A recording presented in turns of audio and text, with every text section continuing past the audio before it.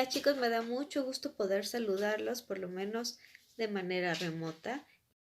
Hoy vamos a hablar sobre el arte del virreinato. Después de la conquista, los españoles conquistadores se establecieron en lo que ahora es el centro de la ciudad, los primeros conquistadores. A cada uno Hernán Cortés les repartió un solar, que les he platicado que el solar es un terreno. Y bueno, como al principio ya les he platicado, tenían temor de que los indígenas pudieran hacer una rebelión, rebelarse contra ellos, entonces mandaron a construir sus casas fortificadas. La fortaleza o la fortificación es aquella que conocemos como muralla, pero puede estar integrada en las paredes, o sea, no necesariamente tiene que estar alrededor de la construcción, puede formar parte de la casa o del edificio. Y la característica que tiene es que cuenta con almenas y merlones. Ustedes ya lo vieron en el glosario. Las almenas y merlones son la decoración que se utiliza, por ejemplo, en las murallas o fortalezas hasta arriba, que tiene como un cuadrito así y un huequito, un cuadrito y un huequito. Otra característica de las fortificaciones de los primeros años del siglo XVI después de la conquista es que las paredes eran muy gruesas, muy anchas para evitar pues que fueran fácilmente tiradas. Se adaptaron las técnicas que conocían los indígenas, las técnicas constructivas y de arquitectura, y de pintura incluso, a los diseños que traían los españoles en la mente. Por supuesto, los primeros años no habían aquí arquitectos españoles ni albañiles, entonces tuvieron que recurrir a las personas indígenas que tenían cierta formación en esa área. Les recuerdo que los mexicas sobre todo tenían una muy buena formación en oficios, ¿no? La albañilería, ebanistería, carpintería, etcétera. Entonces, la técnica principal que utilizaban para la construcción era la de la tierra apisonada. Tierra apisonada se refiere a más o menos lo que conocemos como los adobes, que ocupaban ramas secas con arena, con tierra mojada, la apretaban con los pies, la amasaban, construían bloques y esperaban a que se secara. Entonces esta tierra apisonada, es decir, como apretadita, después se sellaba con cal, se le daba una mano de pintura con cal y quedaba blanco. En las construcciones prehispánicas, después de la capa de cal, se les aplicaba la pintura, que podía ser de diferentes colores. Como dato curioso, los mayas ocuparon por primera vez el azul turquesa. Fue la gran aportación de los mayas al mundo, el conocido azul maya. Y los mexicas y la mayoría de los pueblos del centro ocupaban mucho el rojo, que lo obtenían de la grana cochinilla. Incluso también los pueblos del Perú ocupan el rojo para teñir sus textiles desde hace muchísimos años. Bueno, ya que los españoles se dieron cuenta de que los indígenas no los iban a atacar, aunque sí sucedió una que otra revuelta, pero nada grave, empezaron a cambiar sus formas de producir. Además, con el paso del tiempo empezaron a llegar libros, que son los panfletos de los que les he hablado, libros sobre cómo debe ser el arte. Estos como manuales de arquitectura, de pintura, etcétera, fueron traídos principalmente por los frailes. Entonces, cuando llegaron los frailes, les pareció muy importante empezar a construir conventos o iglesias para terminar de evangelizar a los indios. Y como sabemos, la evangelización masiva de los indios fue la que consolidó, la que terminó de reafirmar la conquista de México. En el siglo XVI, la arquitectura religiosa es la que va a tener mayor importancia.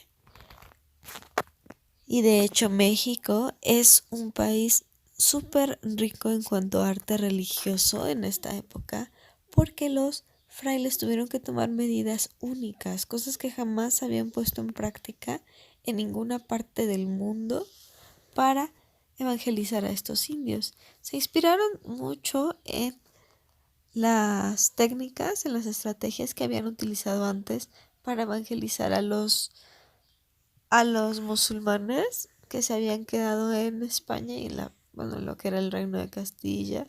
Pero en México tomaron características únicas. Por ejemplo, en México se construyeron iglesias con atrios gigantescos. El atrio, también ya lo hicieron en su glosario, son los patios enormes que están en las iglesias. Estos atrios no son tan grandes en otras partes del mundo. ¿A qué se debe? A que en México los grupos indígenas estaban acostumbrados a realizar sus rituales en espacios abiertos, en espacios muy grandes, como por ejemplo la plaza central del Templo Mayor. Y entonces al principio fue todo un reto hacer que la gente se metiera a las iglesias y los cultos se tenían que hacer afuera en el atrio. Otra estrategia que ocuparon estos frailes en México fue la utilización de capillas abiertas. Estas capillas abiertas no son otra cosa que el altar que está en el interior de las iglesias puesto al exterior, colocado en el atrio, otra vez para que los rituales, las misas, se pudieran llevar a cabo en espacios abiertos y los indios no huyeran, no salieran corriendo, porque eso era lo que pasaba los primeros años. Cuando los encerraban y les decían, a ver, siéntense ahí todos, hincaditos, juntitos a escuchar la misa, se espantaban y salían corriendo. Estas capillas abiertas del siglo XVI fueron inspiradas en lo que se llaman capillas misereres que se ocupaban en Europa. Estas capillas misereres eran utilizadas, estaban en la calle o afuera de las iglesias y eran capillitas que servían para que los peregrinos que venían de otras partes del mundo, que iban hacia, por ejemplo, hacia Jerusalén, pudieran descansar ahí, tenían techito y todo. Entonces, a partir de esa capilla miserere, se realizaron en México las capillas abiertas, que repito, son altares, es decir, son pedazos de la iglesia puestos al exterior en el atrio para que los indios pudieran realizar sus rituales, sus misas al exterior. Otra característica única del arte religioso en México es el uso de capillas posas. Durante el siglo XVI, en las 4 esquinas de los atrios de las iglesias se construyeron capillitas chiquitas para hacer las procesiones, es decir, los recorridos litúrgicos en el atrio. Esta tradición fue adaptada de las procesiones religiosas que hacían los indígenas a sus dioses. Los frailes decidieron que era una buena estrategia utilizar los 4 puntos cardinales que eran tan importantes para los indígenas, adaptarlos para que fueran realizando su procesión al interior del atrio. Caminaban de una capilla a otra, decían sus rezos, avanzando otra vez en espacios abiertos para que los indios no tuvieran esta claustrofobia, ¿no?, en el interior de la iglesia. Además, esas capillas posas se aprovechaban para impartir talleres a los indígenas después de la misa. Acababa la procesión, acababa la misa y cada grupito de indígenas se iba a su capilla posa a tomar el taller que le correspondería de arquitectura, de pintura, de plomería, etc. Otra técnica indígena que aprovecharon los primeros frailes para construir y decorar sus iglesias fue la escultura. Los grupos indígenas en México eran excelentes escultores. Entonces aprovecharon esto y los pusieron a tallar figuras como ángeles, cruces atriales, pilas bautismales, etc. Pero con una técnica absolutamente tradicional. Entonces, si llegáramos a comparar, por ejemplo, un templo o una escultura prehispánica con una cruz atrial del siglo XVI o con la portada de una iglesia del mismo siglo, pues vamos a ver muchísimas similitudes. La talla, o sea, la forma en la que se trabaja la piedra es muy ruda, o sea, no son esculturas como al estilo griego todavía, ¿no? Son tallados muy rudos en la piedra, muy gruesos los rasgos, por ejemplo, y van a representar cosas que no conocían. Entonces, por ejemplo, los mexicas estaban muy acostumbrados a tallar maíz. Para ellos el maíz era sagrado. Entonces, cuando ellos en los dibujos que les ponían los indígenas veían las uvas, pues para ellos era una mazorca, ¿no? Parecía más una mazorca. Y entonces vamos a ver los racimos de uvas tallados en las iglesias que parece efectivamente una mazorca de maíz. También los rasgos de los angelitos, de las figuras que tienen talladas en las portadas o en las cruces atriales, tienen rasgos indígenas, rasgos únicos. La aplicación de estas técnicas indígenas, técnicas tradicionales, a la elaboración de arte cristiano, de arte religioso, ha recibido varios nombres. Uno de ellos es arte tequitqui y otro es arte indocristiano. ¿Qué características tiene? Otra vez, bueno, que es la aplicación de técnicas tradicionales indígenas al arte cristiano, principalmente al arte europeo. Otro punto auténtico del arte mexicano del siglo XVI religioso es el tamaño, la proporción de las cruces atriales y las características que tienen. ¿Okay? Las cruces atriales son las cruces gigantescas que se colocan en medio de los atrios, otra vez del patio de las iglesias.